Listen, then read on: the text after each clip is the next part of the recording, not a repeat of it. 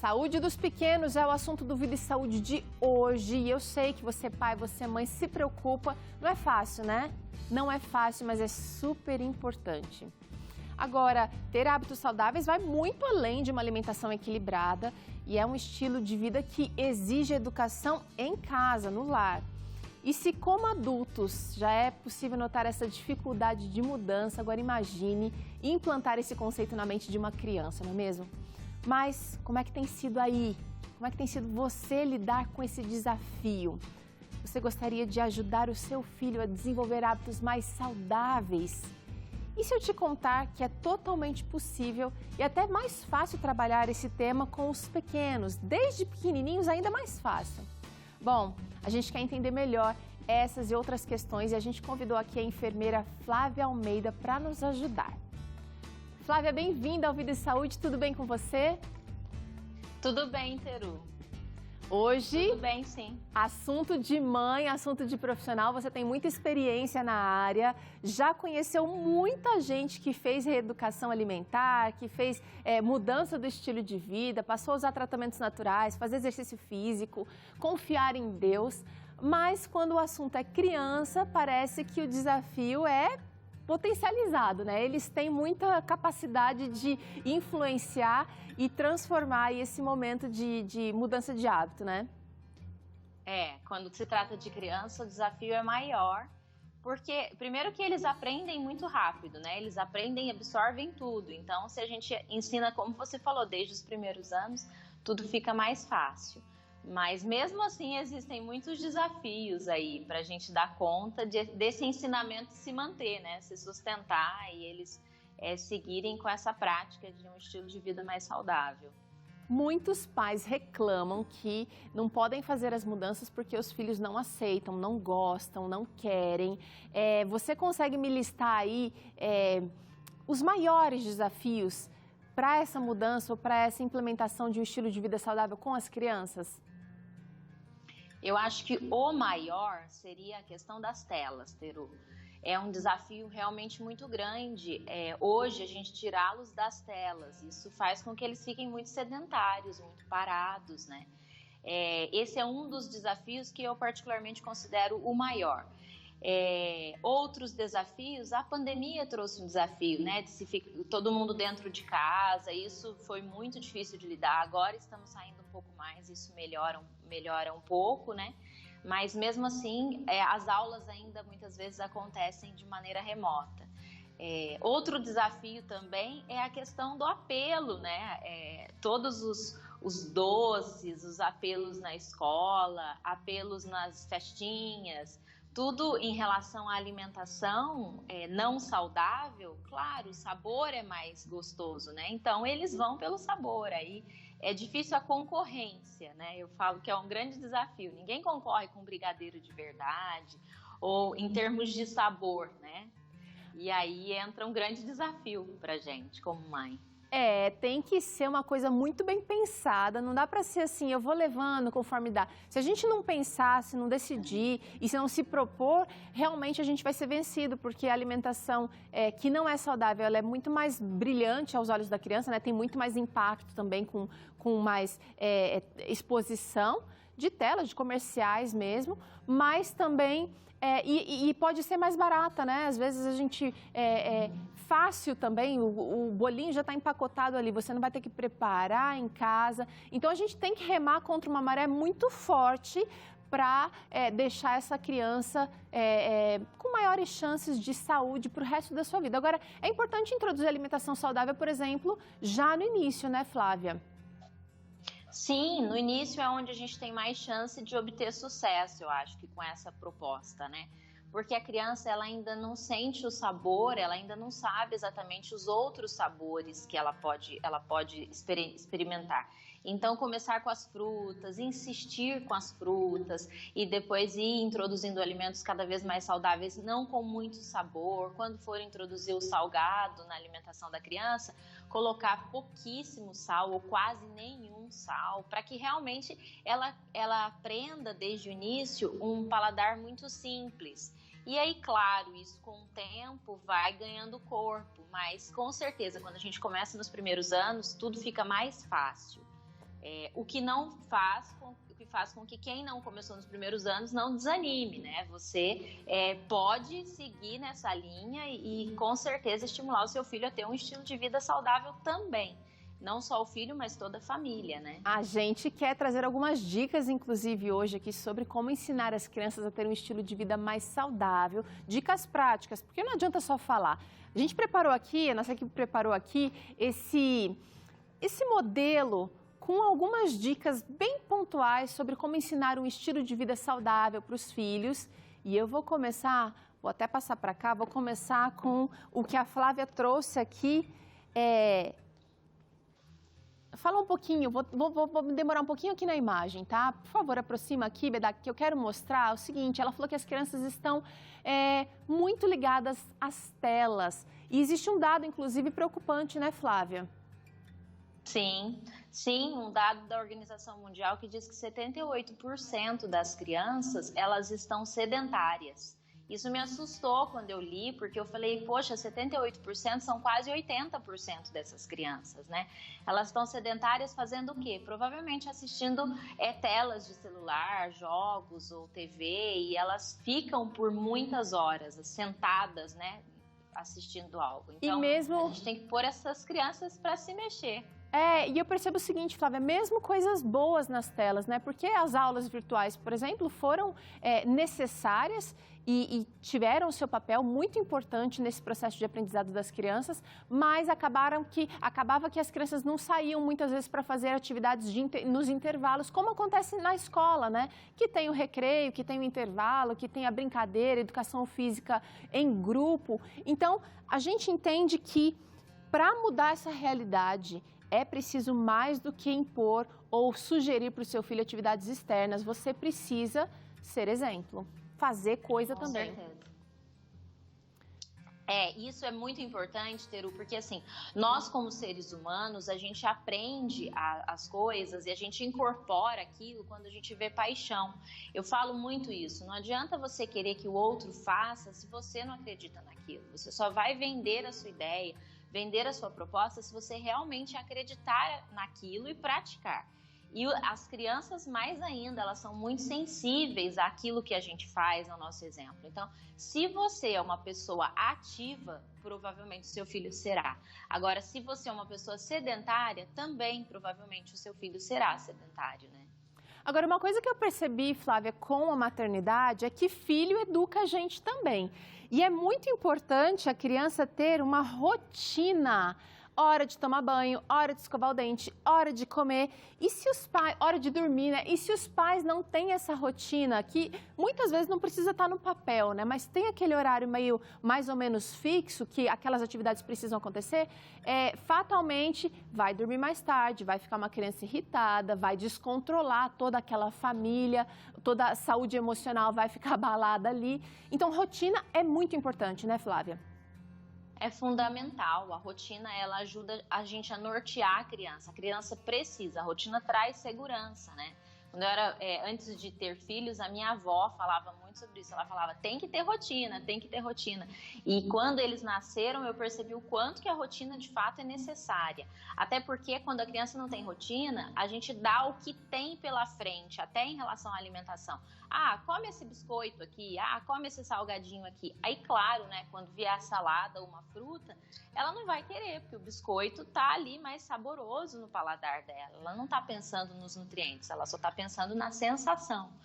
Então, fica muito mais difícil incorporar uma alimentação saudável quando a gente não tem uma rotina estabelecida de horário para comer, horário para fazer as coisas e tudo mais. Agora é o seguinte, a gente está num feriadão aqui e a rotina dá uma abalada. É normal que isso aconteça, mas que dica que você dá para uma rotina ser assim mais ou menos estruturada? Para que a gente não vire nem robô escravo dessa rotina, mas para que a gente tenha esse norte e use ela a nosso favor, Flávia.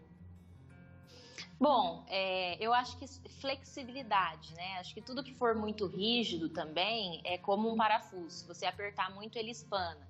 Então, eu acredito muito na questão da flexibilidade. Existem coisas que são negociáveis. Não dá para negociar, inegociáveis, e outras coisas a gente pode negociar. Então, claro, num feriado, num fim de semana, pode dormir até um pouco mais tarde. Claro, num feriado, no fim de semana, se normalmente a criança vai dormir umas 8, 8h30, vamos então dormir 9h30, né, já que é feriado, ou 10 horas. Eu acho que cada pai pode encontrar o seu ponto de equilíbrio aí nessa flexibilidade, para que a criança também não sinta assim tanta rigidez e depois ela vá para um extremo. Eu digo o seguinte, todos os extremos, eles levam ao outro extremo. Então, se você é rígido demais, você vai levar a sua criança a fazer coisas para que ela vai, normalmente, quando estiver longe de você, ela vai querer fazer tudo o que você não permite que ela faça. Olha aí. Então, busque um ponto de equilíbrio nisso daí, né?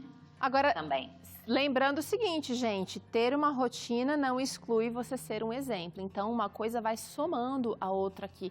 Bora, de repente, você está precisando reorganizar a sua rotina aí, essa vai ser uma boa chance.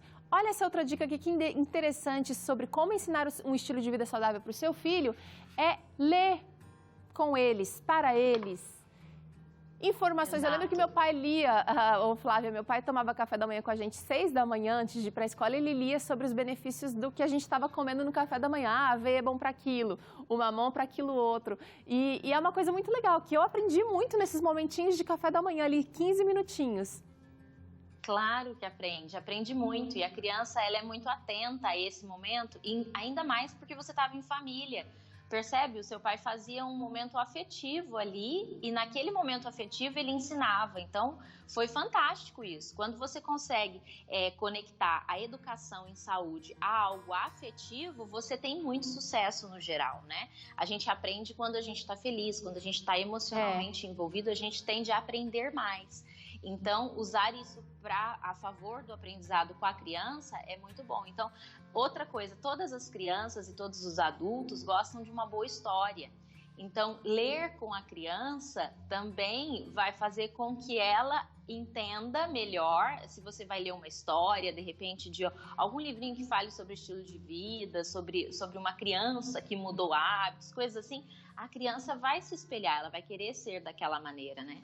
E ela vai gostar do momento em família, um momento de conexão ali. Aquilo vai gerar mais aprendizado, sem dúvida. Muito verdade. Tiro a próxima dica aqui sobre ensinar um estilo de vida saudável para as crianças.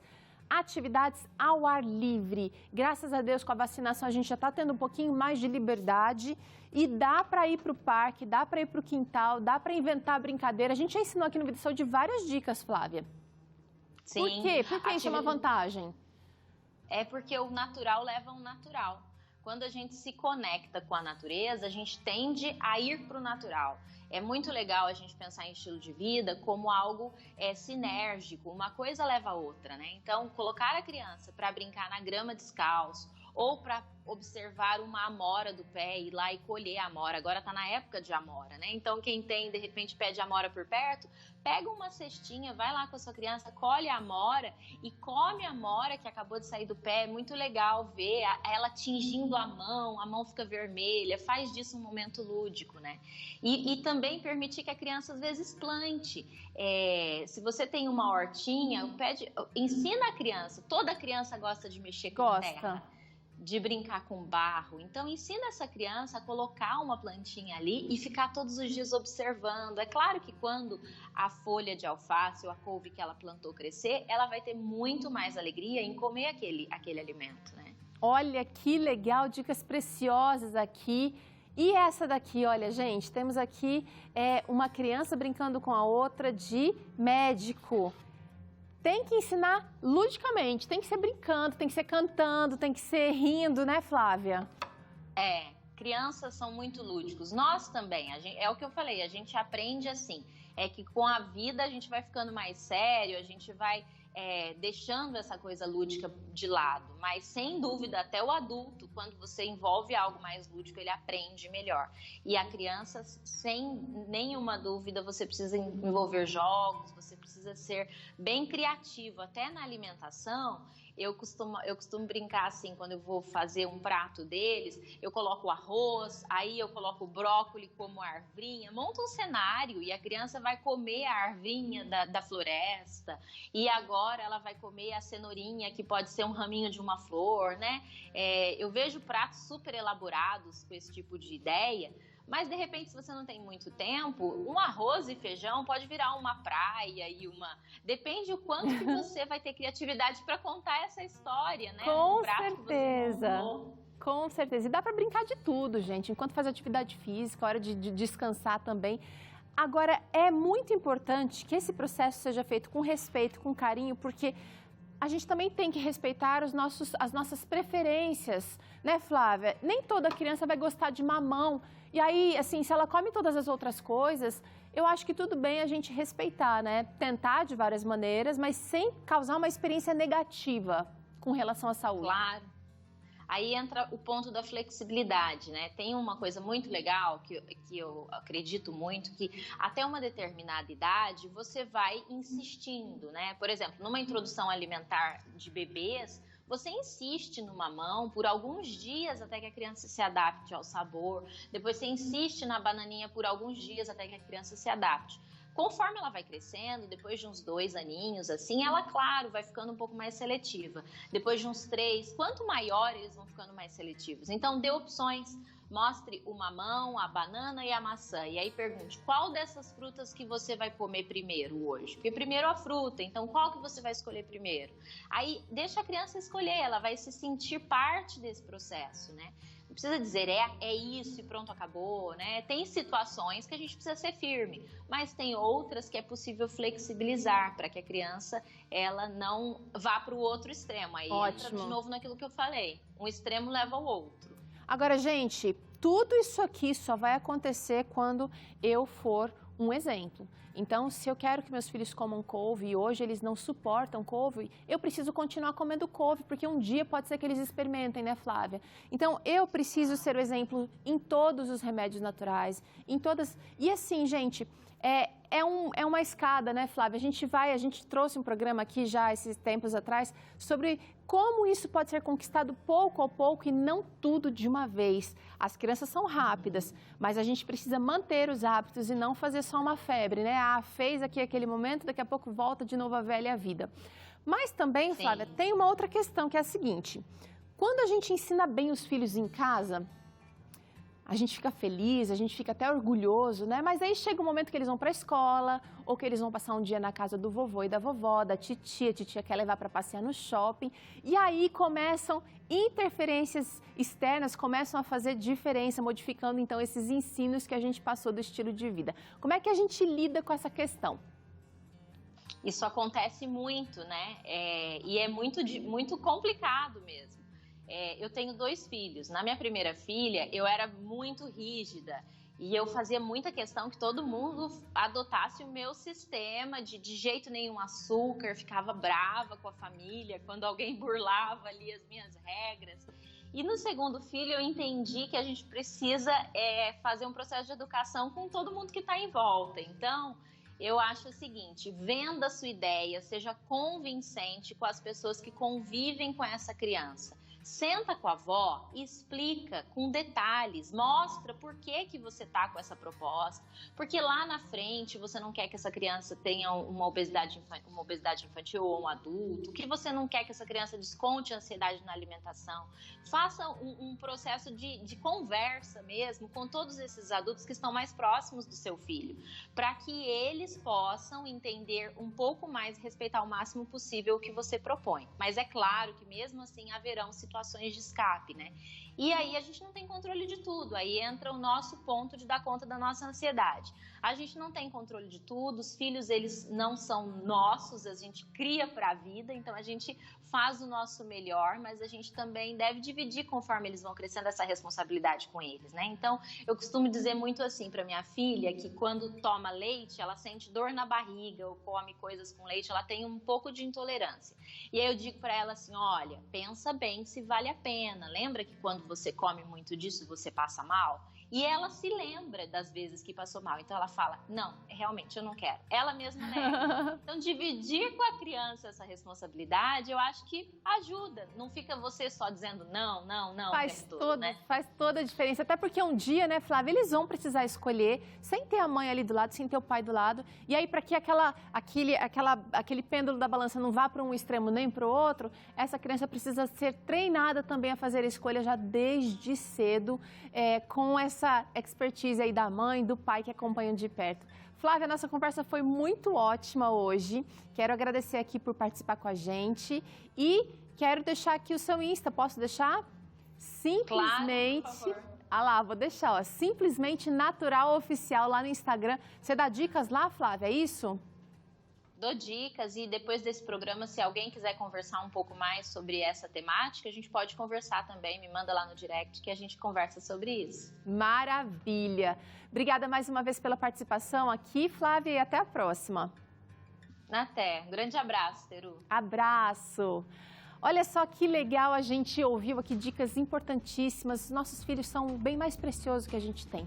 De tudo, são as melhores coisas. E a gente pode sim fazer do jeito certo, de um jeito gostoso, a vida deles mais saudável.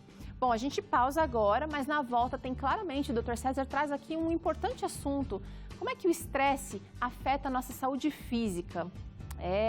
Você confere aqui no Claramente. E eu ainda te ensino hoje suco de cascas de frutas e também suco de casca de melancia. São as receitas naturais do Vida e Saúde para terminar esse feriado. Volto já!